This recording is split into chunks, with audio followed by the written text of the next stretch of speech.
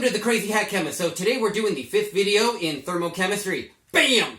So today it's thermochemistry calculation number 2. I'm going to read the problem here to you. What is the specific heat of a metal given the below information?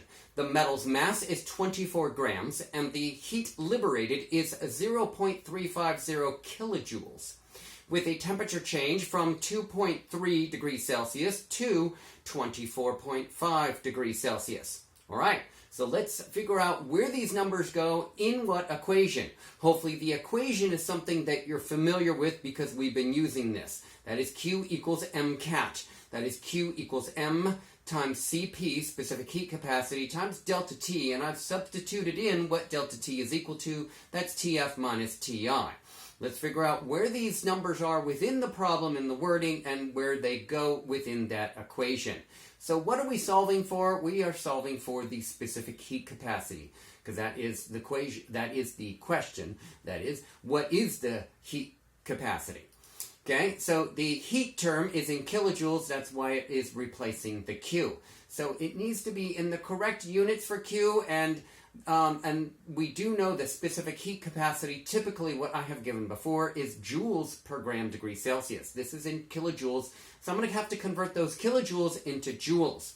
So I'm converting the kilojoules into joules right here, and I do have a decimal right after the 350 after the 0, because there are 3 significant figures in that number. That's going to replace the Q. Okay, this is the 24 grams. That is the mass. And this is the final temperature, the 24.5, and this is the initial temperature, the 2.3.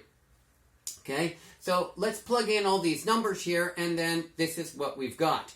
Okay, so we've got the 350 with the decimal, because that 0 is significant. We got the units of joules. We got our 24 grams. We're solving for our specific heat capacity, and I've left the units in there for the specific heat capacity, which is joules per gram degree Celsius, and then the change in temperature, which is the 24.5 minus the 2.3.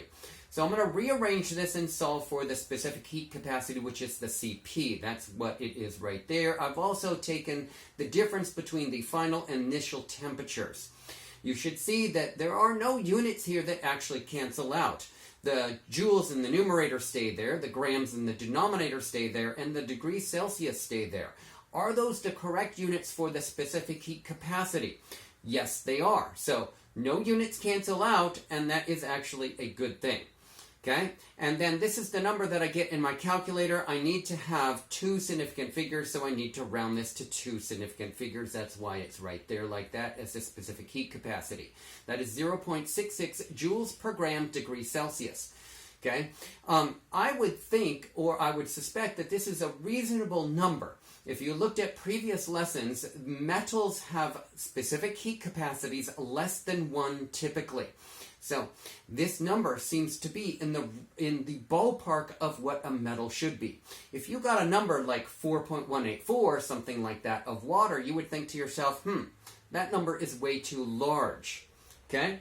I hope you enjoyed that video, and here is another hat. This hat is made by one of my sons, Elliot, and he painted this in a long time ago.